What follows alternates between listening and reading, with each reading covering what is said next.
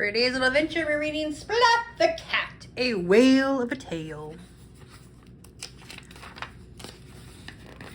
Splat the cat buckled his seatbelt. "Let's go," he yelled. "It's vacation time."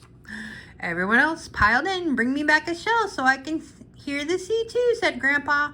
"When I come back, I'll have a shell to show and a story to tell," Splat said. Grandpa waved a farewell.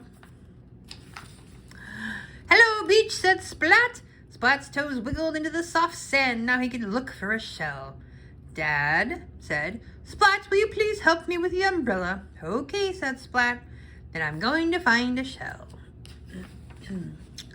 "Splat, first help me spell," begged little sis. "Okay," said Splat. "After that, I have to look for a shell."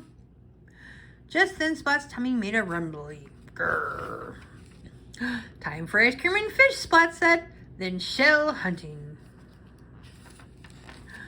Splat began his search. He wanted to bring home the sound of the sea for Grandpa. First, Splat found a dull, small shell. It was way too small. Then Splat found a frail eggshell. That was the wrong kind of shell. It had a funny smell. Splat thought he saw a pale shell buried in the sand.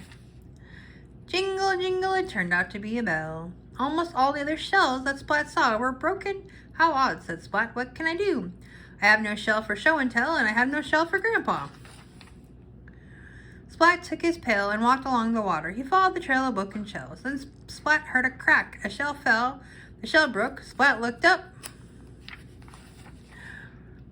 The gull was dropping shells all over the shore. Splat ran after the gull. He tried to catch the shells before they fell. Splat ran back and forth, and then splat! He fell into a swell.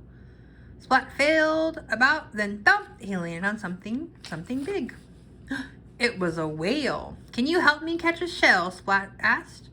The whale spouted sploosh. Water went up. Splat went up too. The gull dropped another shell, and Splat caught it. Whoosh! The whale stopped spouting. Uh-oh. Splat slid down the whale's tail and onto the sandy shore. Splat shook the water out of his ears. He held up the shell. He heard the roaring swell. "All's well that ends well," Splat thought happily. On the way home, Splat thought about the whale of a tale he could tell Grandpa. Then he fell asleep listening to the sound of the sea. The end.